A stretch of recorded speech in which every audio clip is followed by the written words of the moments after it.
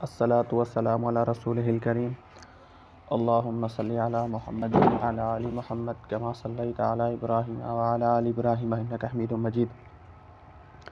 جی ہم دیکھ چکے ہیں کہ مسلمانوں نے ہجرت کی طرف حبشہ کی طرف ہجرت کی تھی، تو جعفر بن طیار نے نجاشی کے سامنے قرآن کی سورہ مریم کی تلاوت کی اور حق بیان کیا، تو اس کے بعد بادشاہ کے دل میں مسلمانوں کی عظمت پیدا ہو گئی۔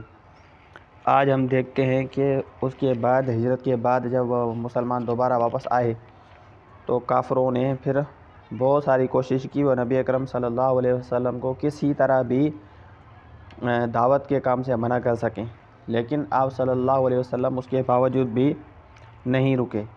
تو اس کے بعد کافر ابو طالب جو آپ کے چچا تھے اس کے پاس آئے اور کہا کہ ہم نے آپ کو کئی مرتبہ سمجھایا ہے کہ آپ اپنے بھتیجے کو روکیں، لیکن آپ اپنے بھتیجے کو نہیں روک رہے۔ اب آپ اپنے بھتیجے کو روکیں ورنہ ہم ایسی جنگ چھیڑ دیں گے کہ یا آپ کے قبیلے کا خاتمہ ہو جائے گا یا ہم مٹ جائیں گے۔ تو قریش کی یہ دھمکی سن کر ابو طالب جو تھے وہ ڈر گئے اور نبی اکرم صلی اللہ علیہ وسلم کے پاس گئے اور ان سے فرمایا کہ تم اپنے حال پر بھی رحم کرو اور مجھ پر بھی رحم کرو، اور مجھ پر اتنا بوجھ نہ ڈالو کہ میں برداشت نہ کر سکوں۔ تو یہ سن کر رسول اللہ صلی اللہ علیہ وسلم نے سمجھا کہ اب آپ کے چچا بھی آپ کا ساتھ چھوڑ دیں گے، وہ بھی آپ کی مدد سے کمزور پڑ گئے ہیں، اس لیے فرمایا چچا جان، خدا کی قسم اگر یہ لوگ میرے دائیں ہاتھ پر سورج اور بائیں ہاتھ پر چاند رکھ دیں تو بھی میں اپنا کام نہیں چھوڑوں گا، یا تو اللہ اسے غالب کر دے یا میں اسی راہ میں فنا ہو جاؤں۔ تو اس کے بعد آپ صلی اللہ علیہ وسلم کی آنکھوں سے آنسو مبارک جاری ہو گئے اور آپ رو پڑے اور اٹھ کھڑے ہو گئے۔ جب واپس ہونے لگے تو ابو طالب نے پکارا اور سامنے تشریف لائے تو کہا بھتیجے جاؤ، جو چاہو کرو، خدا کی قسم میں تمہیں کبھی بھی کسی وجہ سے چھوڑ نہیں سکتا۔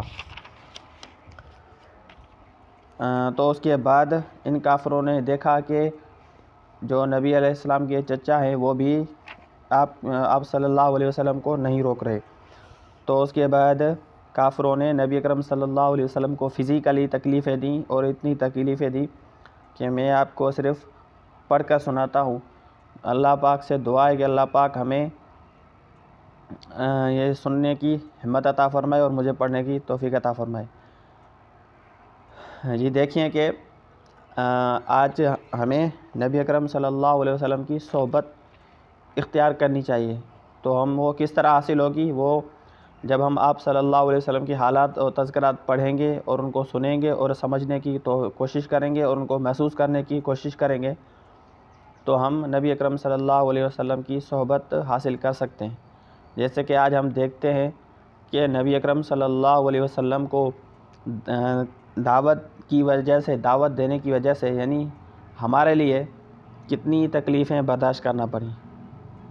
آج میں آپ کو پڑھ کے سناتا ہوں کہ آپ صلی اللہ علیہ وسلم کو کتنی شدید تکلیفیں دی گئیں۔ کہ جور و جفا کے سلسلے دراز کا ایک دو نمونے یہ ہیں کہ ایک روز ابو لہب کا بیٹا عتیبہ رسول اللہ صلی اللہ علیہ وسلم کے پاس آیا اور بولا میں والنجم اذا ہوا اور ثم دنا فتدلی کے ساتھ کفر کرتا ہوں۔ اس کے بعد وہ آپ صلی اللہ علیہ وسلم پر ایذا رسانی کے ساتھ مسلط ہو گیا اور آپ کی گستاخی کی اور آپ کا کرتا پھاڑ دیا اور آپ کے چہرے پر تھوک دیا، اگرچہ تھوک آپ پر نہ پڑا۔ اسی موقع پر نبی صلی اللہ علیہ وسلم نے بد دعا کی، اے اللہ اس پر اپنے کتوں میں سے کوئی کتا مسلط کر دے۔ نبی صلی اللہ علیہ وسلم کی یہ بد دعا قبول ہوئی، چنانچہ عتیبہ ایک بار قریش کے کچھ لوگوں کے ہمراہ سفر میں گیا۔ جب انہوں نے ملک شام کے مقام زرقہ میں پڑاؤ ڈالا تو رات کے وقت شیر نے ان کا چکر لگایا۔ عتیبہ نے دیکھتے ہی کہا، ہائے میری تباہی، یہ خدا کی قسم مجھے کھا جائے گا، جیسا کہ محمد صلی اللہ علیہ وسلم نے مجھ پر بد دعا کی ہے۔ دیکھو میں شام میں ہوں لیکن اس نے مکے میں رہتے ہوئے مجھے مار ڈالا۔ احتیاطاً لوگوں نے عتیبہ کو اپنے اور جانوروں کے گھیرے کے بیچوں بیچ سلایا، لیکن رات کو شیر سب کو پھلانگتا ہوا ڈھونڈتا ہوا سیدھا عتبہ کے پاس پہنچا اور اس کو سر پکڑ کر ذبح کر ڈالا۔ ایک بار عقبہ بن ابی معیط نے رسول اللہ صلی اللہ علیہ وسلم کی گردن حالت میں اس زور سے روندی کہ معلوم ہوتا تھا کہ دونوں آنکھیں نکل آئیں گی۔ ابن اسحاق کی ایک طویل روایت سے بھی قریش کے سرکشوں کے اس ارادے پر روشنی پڑتی ہے کہ وہ نبی صلی اللہ علیہ وسلم کے خاتمے کے چکر میں تھے۔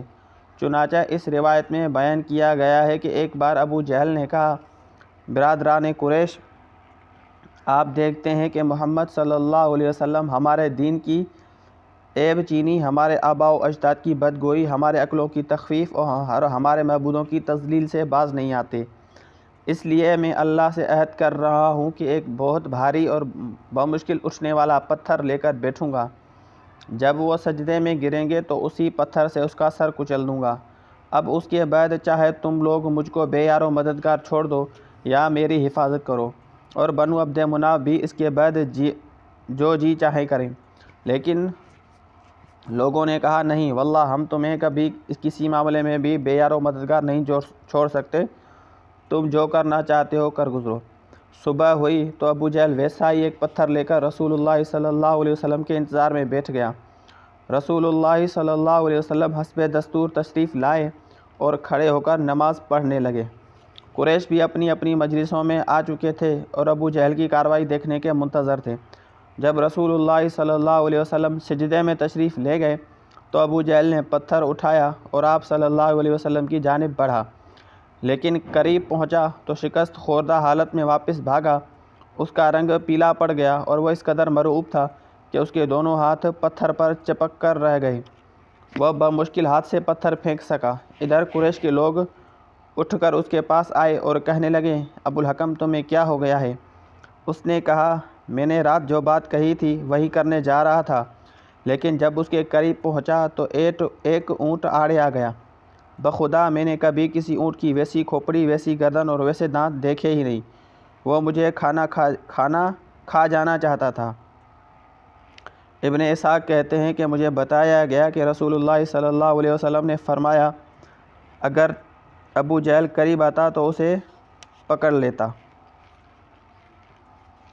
یہ دو واقعات ہیں اور سیرت ایسے واقعات سے بھری پڑی ہے۔